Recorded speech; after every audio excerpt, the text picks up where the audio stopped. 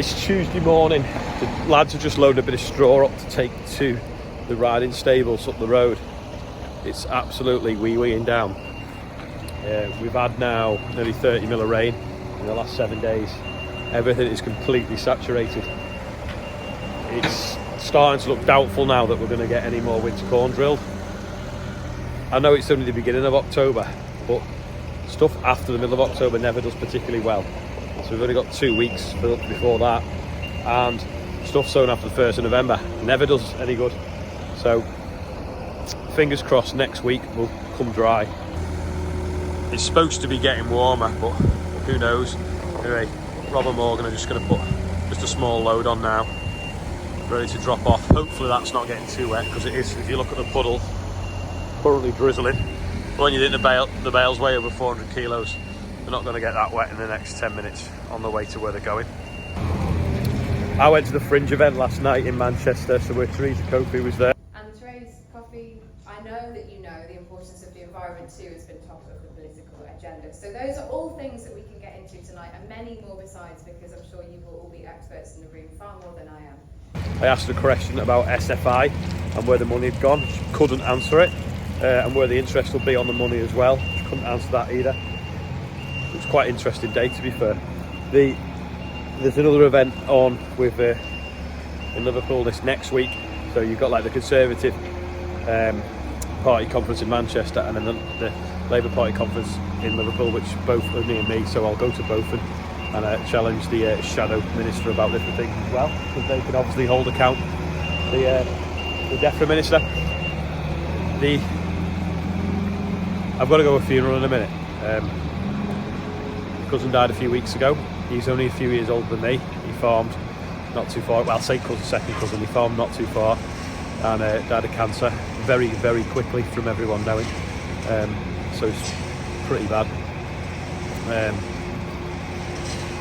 Yeah, so I've got to go there. I couldn't find my coat yesterday. Couldn't find it anywhere. Searched the house, searched the car. Today I thought I'm going to find my coat. It's a clean one for the funeral. Couldn't find it again. Looked back through the videos, realised I was wearing it at the ploughing match, and when I got back to the yard I wasn't wearing it. So to me, there's only one place it could be, and that's in the Valtra. So I'm going to go and check now. I just hope it's still clean. Let's see what's going on in here. Oh, there we go. It's a bit dusty.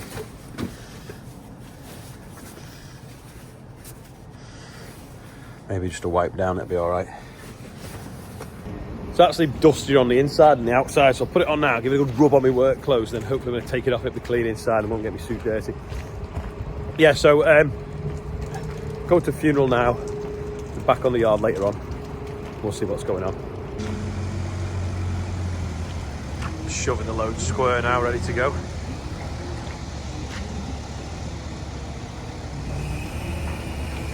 Shouldn't you be getting changed?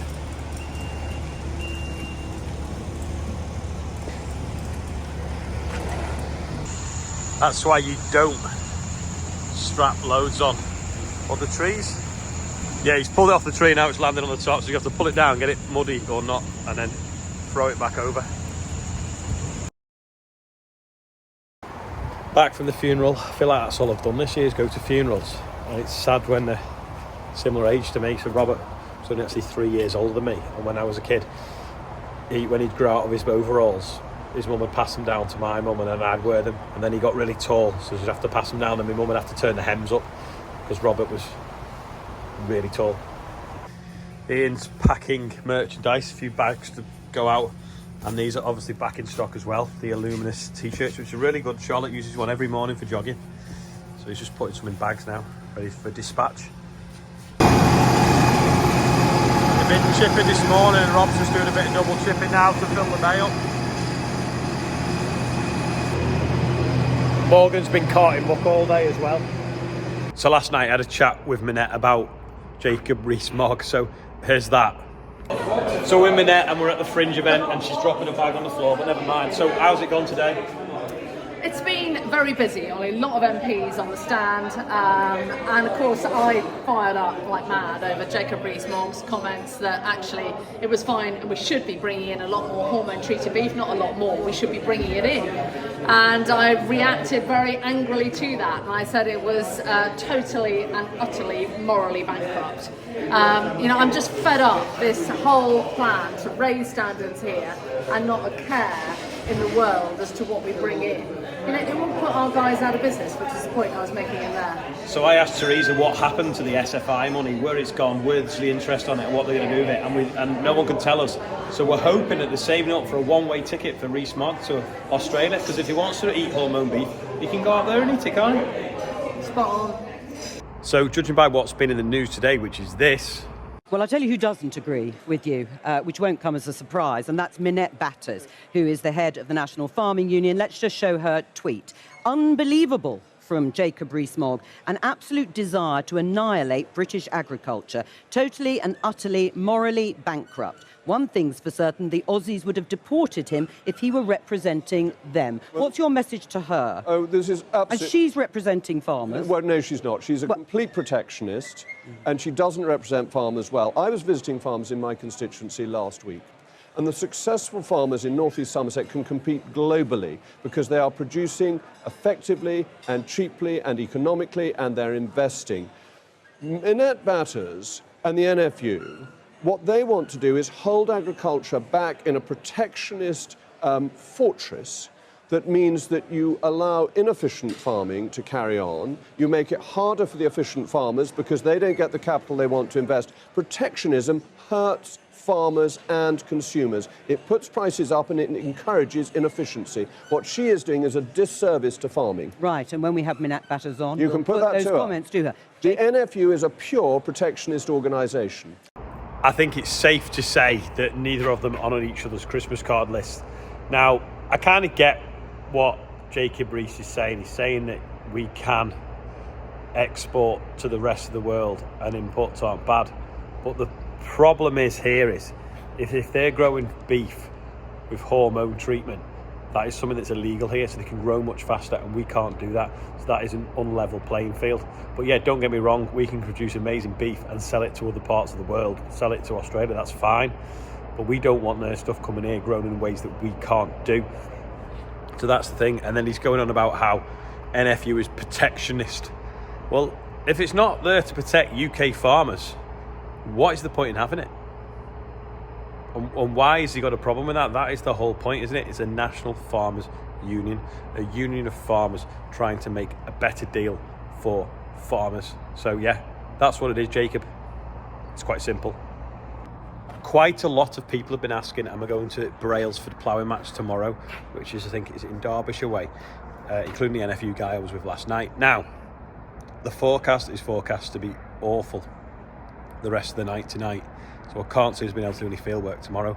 So if we can catch up with things, yes, I will try and get there for a few hours tomorrow. So I might see some of you there. But yeah, anyone that's not going, go and check it out. Brailsford ploughing match tomorrow. Right, birthday bumper time really quickly, because quite a lot on there today. Is there some funny names? Who knows?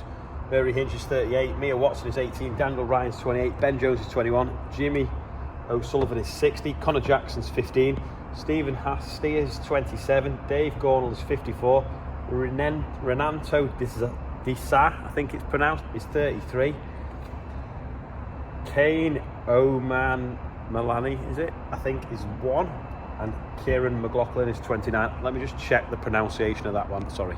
Kane Minnete, I think it's pronounced. Yeah, happy birthday everyone on there. Nearly 48,000 as well. Only sort of £87 to go. Anyway, while I'm in here, I'm going to show you this because I keep getting loads and loads of messages, and I'm sure I'll put it in the video. But it's a smart stacker from that website. There they are, smartstacker.co.uk. So if anyone wanted one of these hoppers, that's where it's from.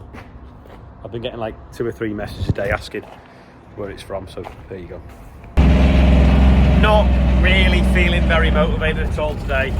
Obviously there's the weather and the fact I've been to a funeral, so I've not done much work and there's not been much to do other than Morgan's obviously been out moving some straw and carting, but Rob's been shipping, Dave's been in on the tipper as well this morning. But I'm going to go and see if I can see the wheat coming up, or see if the slugs are eating it before it actually comes up. So we'll shoot up the road in the buggy now, go and see what's going on there. In fact, while we're on the subject, that's today's quiz question. How are you feeling today? I'm 65%. So how are you feeling? Let us know in the comments. Don't be lazy.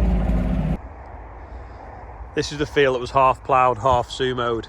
Grass weeds are just starting to yellow off because it's obviously had a spray on it, pre-emergence spray and glyphosate mixed in with it. The gateway's a little bit puddled.